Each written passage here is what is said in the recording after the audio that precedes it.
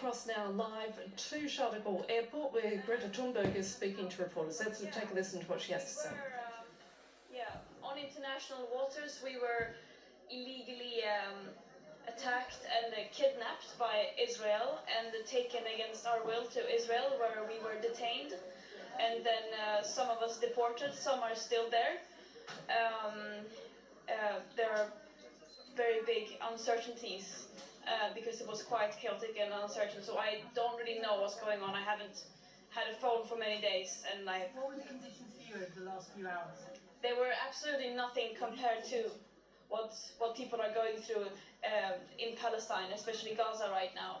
This is yet another international a violation of international rights, adding to the list of countless of such, especially towards Palestinians, that Israel are committing by blocking and preventing humanitarian aid from entering Gaza.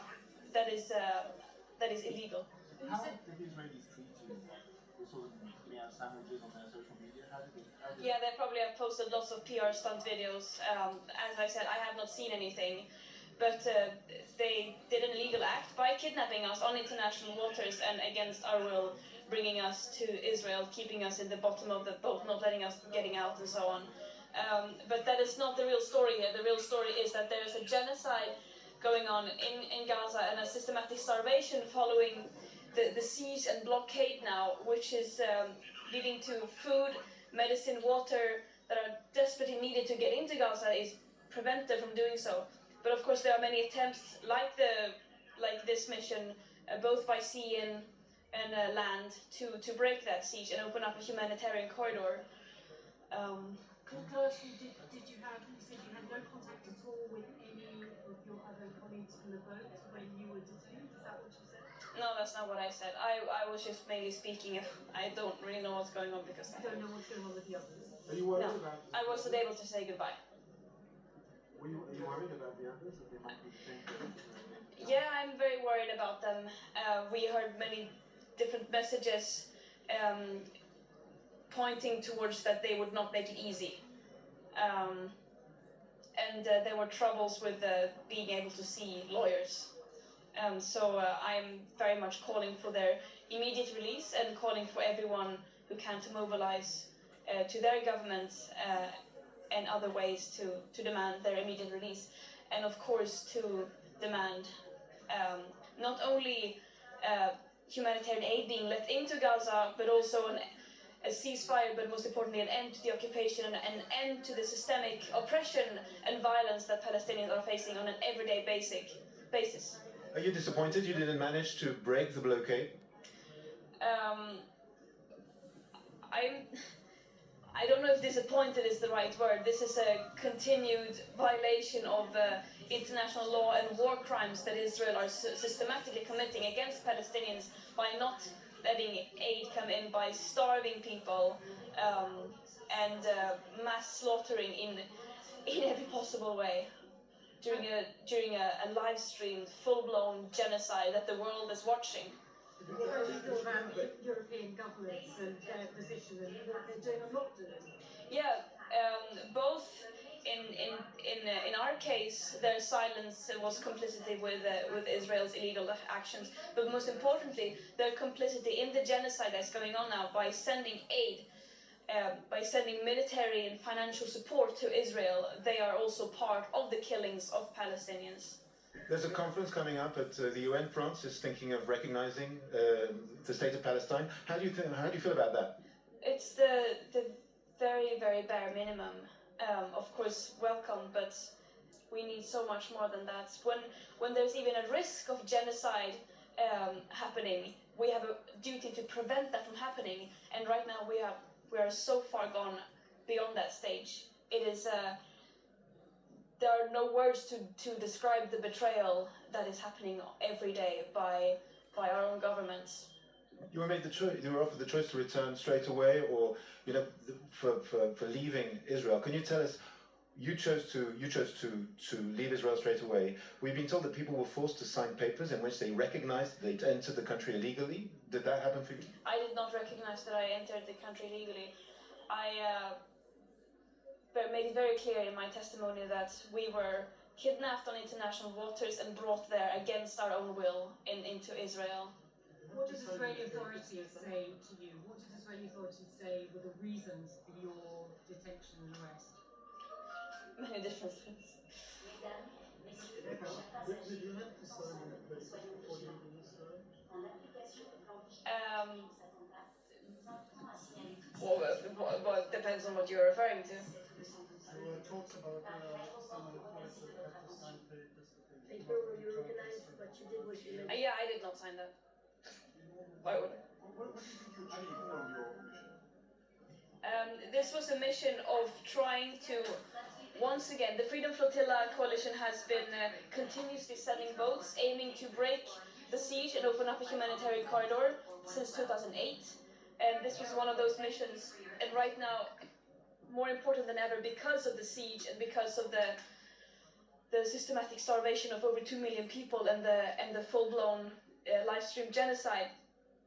This was a mission of attempting to once again bring aid to Gaza, which is desperately needed, but also to send solidarity and say that we see you, we see what is happening, and we cannot accept just witnessing all this and doing nothing.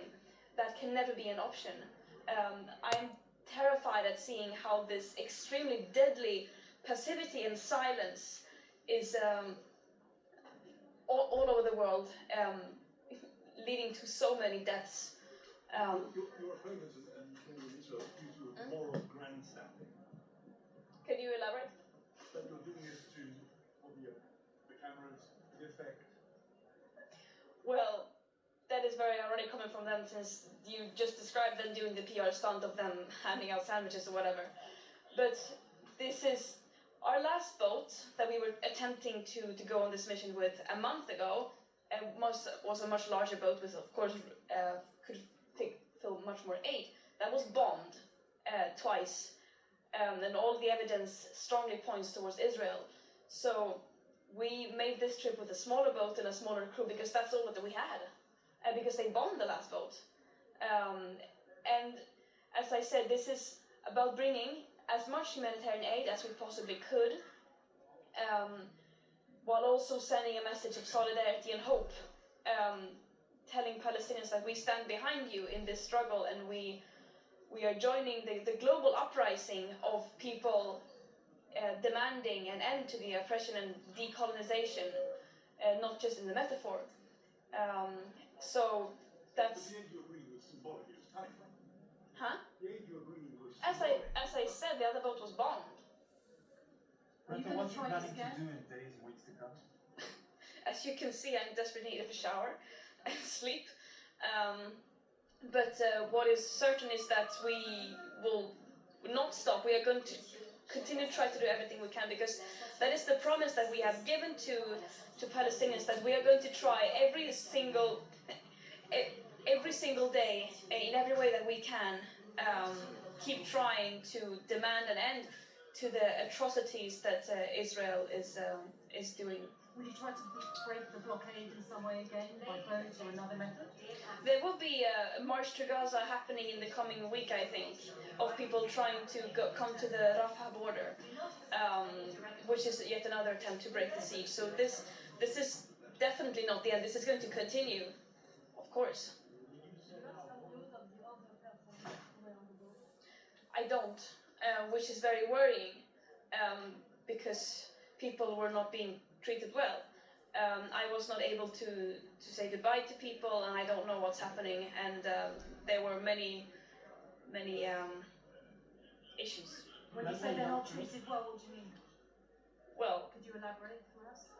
obviously in a very dehumanizing way, but of course I have to stress nothing compared to what Palestinians are going through. So can you give us some, what happened to you when you arrived in Ashdod port? I mean, were you taken off the boat? Was there any violence? Were you detained? How? Where? No, I prefer not to go into details about that. We arrived there, we were detained, and then we were, I don't know if you know, but Donald Trump commented about you being put in Ashdod. He said did he? you're an angry young woman who needs anger management. What did he say? I no connection to anything, so I don't know what's happening. Basically, he said that he said he was reacting to what had been said about Israel capturing. He said that this is not they've not been kidnapped, so Israel doesn't need that right now. And he said Greta Thunberg is, I quote, a young angry woman that she needs anger management session. Well, I think the world needs a lot of more young angry women, to be honest, especially with everything going on right now. That's the thing we need most of. You said, Alan, what did you gauge your success rate would be? Sorry? Was it a success? You feel this was a What did you gauge your success would be in achieving what you wanted? We were very well aware of the risks of going on this mission, and as I said before, there has been many previous flotillas on similar missions that have been either attacked, intercepted, or actually reaching Gaza. So, of course, the aim was to get to Gaza and to be able to distribute the humanitarian aid. We were 12 peaceful volunteers sailing on a civilian ship carrying humanitarian aid on international waters. We did not break laws, we did nothing wrong.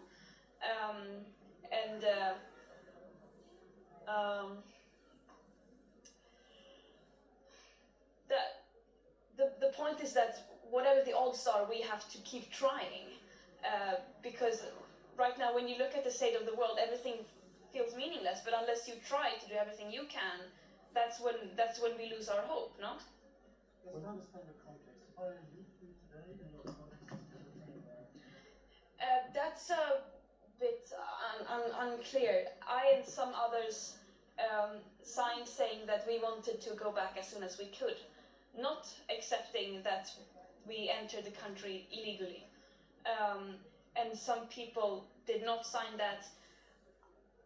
We were held in also separate places for many amounts of time. So it's a bit unclear. And as I said, I haven't had contact, I wasn't able to talk or say goodbye.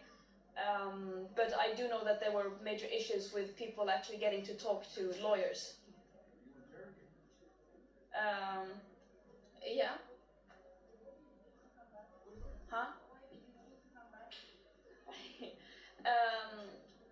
Why would I want to stay in Israeli prison like more than necessary? Why do you think so many countries and governments around the world are just ignoring what is happening in Gaza? Because of racism, that's the simple answer, I would say. Racism and basically desperately trying to defend a destructive, deadly system that systematically puts short-term economic profit and to maximize geopolitical power over the well-being of humans and the planet. And right now it's very, very difficult to morally defend that. It is impossible, but still they are desperately trying, which is absurd is not the word, but there are no words to describe it. Vi kan ta på svenska. 10 seconds. Ja, hej. Kan vi göra en snabb utvärdering? Ja, det som hände var att vi seglade med humanitär nödhjälp på internationellt vatten där vi blev attackerade och kidnappade eftersom att vi var på internationellt vatten av Israel och tagna till You're listening there to Swedish activist Greta Thunberg, who's just arrived at Charles de Gaulle Airport in Paris, having been deported from Israel. The activists there saying the Israeli seizure of that Gaza-bound aid boat was indeed a violation of international rights, as the vessel at the time had been in international waters. She says she hasn't been in contact with the other activists because they were all separated, but she does worry in regards to their well-being. As a result, she said, unlike the others, she decided to agree to leave Israel. When asked whether she thought the mission had been successful, she said the main thing is to keep in mind the conditions that the Palestinians are currently facing in Gaza, given that blockade of humanitarian aid. Now, time for our focus report on the island nation of